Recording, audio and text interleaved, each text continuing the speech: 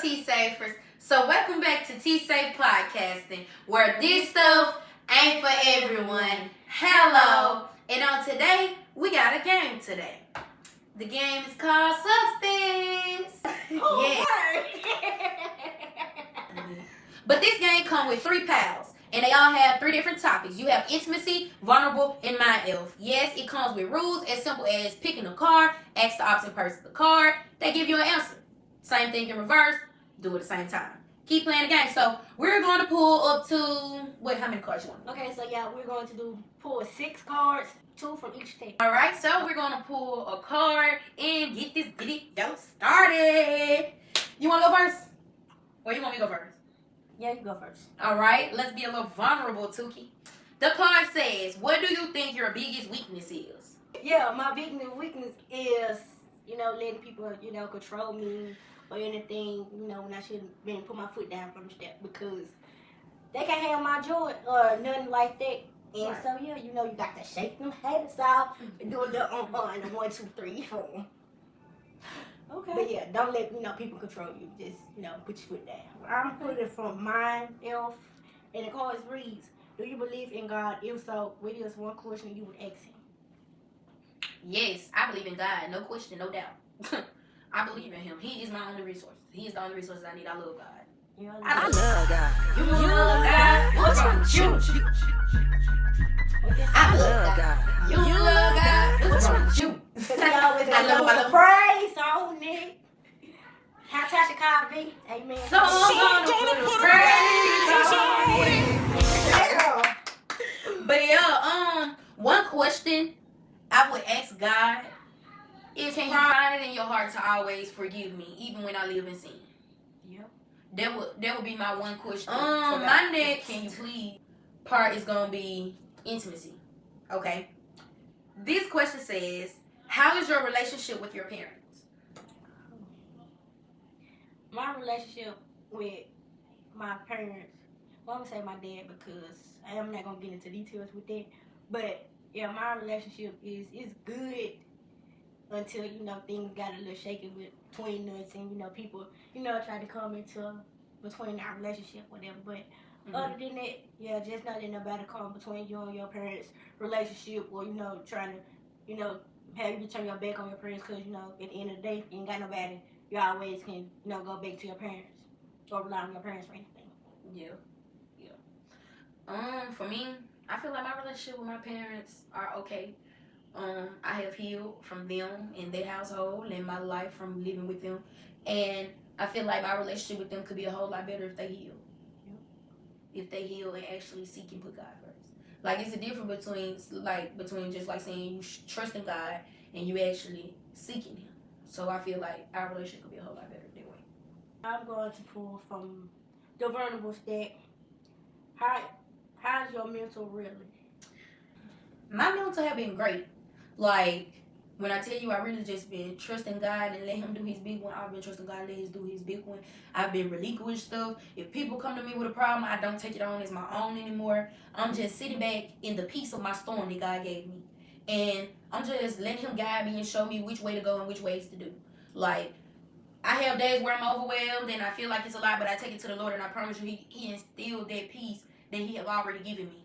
And He showed me, hey, it's okay. It's already done. I already did it for you.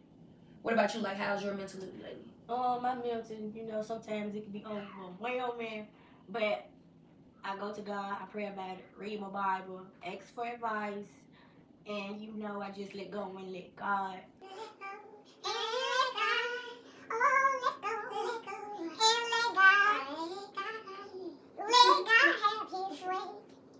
All right. My card's coming from Mind Elf. It says, tell me about a moment you truly feel alive. Truly felt happy, when I let go of the wrong crowd and, stuff like that. And, I ain't had to worry about this and that without, people sitting up here, talking about me and stuff like that. So I just, really been happy like that. Okay. Intimacy, does the number of past partners matter to you? It depends. Because, like, if you're a great guy, you're charming, you're sweet, you're doing everything a man's supposed to do, you're loyal, and you're God-fearing, I feel like your body count shouldn't matter. That's a childish game. Yeah. But I also understand don't nobody want somebody who been with everybody. You know what I mean? And I feel like it matters when you're talking to people nowadays because there's so much stuff going around. So I'm gonna say, it ain't no depend. It do matter. Yes, it matters because in today's society, people sleep with anything. Anything. Women, female, they sleep with anything. Both of them, all genres. Like, you just don't know what's going around today. So I feel like it does matter. But I feel like if they do have a high body count and you go get a test and they're clear, then it don't matter. Like, if they for you and they're for you, it shouldn't matter who else they been with. That's the past. Yeah. We talking about the right now. If you clean and I'm clean and we find this good footage straight, let's go forward. So it do matter. It do. To a certain extent. Yeah. Alright, I'm gonna pick from the vulnerable pile. It says, what was the lowest point of your life and how did you overcome it? The lowest point of my life when I felt like I ain't have nothing, couldn't really depend on people for real. Like how people always saying, oh, you can always count on your family. No, you can't because, like, to be honest, like, you know, if you can't find no job or nothing, you know, I feel like this when you could depend on and rely on your family the most. But family these days, they always throw back in your face, oh, you need to go get a job or you need to do this and, you know, stuff like that. Or they'll be like, oh, that's what you got a boyfriend for and all the other stuff. Yeah. And so, yeah, but I've been on my own ever since 2019, I want to say, and I'm doing good. I got, you know, friends that care about me, you know, make sure I'm good. My boyfriend make sure I'm good. Like, it's really my family for real, so don't mind. What advice would your older self give you right now? My older self would say thank you. Thank you for believing in you. Thank you for seeking God and putting God first. Thank you for trusting. Thank you for not listening to the outside noises. Thank you for not giving up. Thank you for being smart, being wise. Thank you for letting it stop with you. Thank you for building it and being successful. Thank you for finally being who God called you to be. Thank you. My older self would say thank you. Because it wasn't easy. It's still not easy. And it's never going to be easy. Who said it was going to be easy? Nobody. So my older self would thank me. It would be very grateful and have much gratitude towards the person I am right now. Because I'm deciding to not let things stay the same. To be the change that I want to see. So my older self would say thank you. Thank you. That would be the advice. It says, what is your most toxic trait? My most toxic trait is when I was younger. At the time, I was my mom and my dad only child at the time. And I always used to, you know, see my dad abuse my mom and she'll, you know, talk to me about it. I was young. I really didn't know what to do at the time.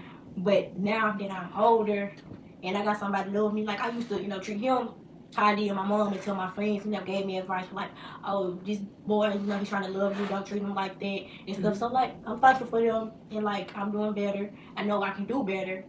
And, yeah, I'm just praying about it. But, yeah, we're doing good. So, thank them for that. What is your biggest regret? Man, so y'all, when I was younger, I used to be suicidal. I used to be suicidal. I used to have suicide ideation. I used to be homicide ideation. And I was sucked away to a mental facility and I was in a real dark space where I didn't see myself moving on. Like, I feel like the world would be a better place without me in it. And while I was up in the mental facility, I lost my faith. Like, I gave up all hope. I was like, maybe, you know, is there really a God? I was questioning God really bad. I really was. And that was my biggest regret. Losing faith in him was my biggest regret. That's my, like, biggest regret. Yeah. And I regret it because I should have fought harder. But at the same time, me looking at it as regret, God has showed me I was questioning him, talking to him. You see what I'm saying? Like, I'm letting all that anger and frustration out, but I'm talking to him. But I still regret that because I feel like he gave me more than enough.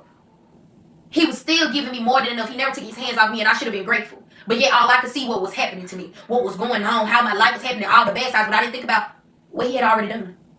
So that was my biggest regret. What is your biggest fear? My biggest fear is, you know, being up in, you know, hikes and stuff, taking hikes and stuff. Scared? Yeah, I'm scared of heights. Yeah, that's the word I was looking for. I'm scared of heights, but like I ain't never been on an airplane. You know, like you would like to break your fear. Yeah, I like you know to overcome my fear. Tight. What do you think your purpose in life is? You know that song that be like, I'm just a nobody, trying to tell everybody about somebody who can save anybody. Literally, like, I think my purpose is to bring the world back to what God wanted to be. I think my purpose is to wake up the people to seek and acknowledge God. Like, I feel like my purpose in life is to be the voice that the people need to hear, to wake up the inside spirit, to help them fight hard and just a little while longer. Just a little while longer. Oh.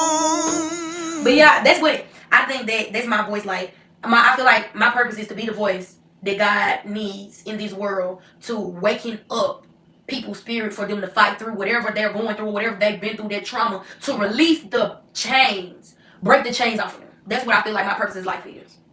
What about you? What do you feel your purpose in life is? I really don't know what my life is and purpose, but I want to tap in on a little something. Like she said, you know, seeking people, helping people to seek in God, and you know, stuff like that. But what I really don't like to do is bring back praise dance team and stuff like that into church, not just into church, but you know. Y'all, so I'm gonna pull the last card from the vulnerable deck, and it says, "What is one thing you would say to your younger self?" One thing I'll say to my younger self is, I'm proud of the young lady that you've become, and you don't let people stop you from shining your light. Like, you really overcome a whole lot of things, and so yeah, just for that, I'm gonna give myself a pat on the shoulder. Shout out to me, you know what I'm saying? So yeah, because I've been through a lot, but I don't look like what I've been through. Right. For me, one thing I would say to my younger self is, you got it, girl. You can do anything you put your mind to. You can. Don't let nobody dim your light. Don't, because the things that are going off in the outside world don't mean nothing compared to the light that you can shine. You are the change. You are the one. You are stronger. You are smarter, wiser than anything you can imagine. And as long as you keep God first, baby, you are unstoppable. Yeah. Most definitely. Alright, y'all, but that's gonna wrap up our video. Don't forget to like, comment, subscribe, and hit that post notification bell. You can also share it. But every time we say, welcome to T.S.A.F.E Podcasting, where this stuff ain't for everyone, but it might be for you. Hello.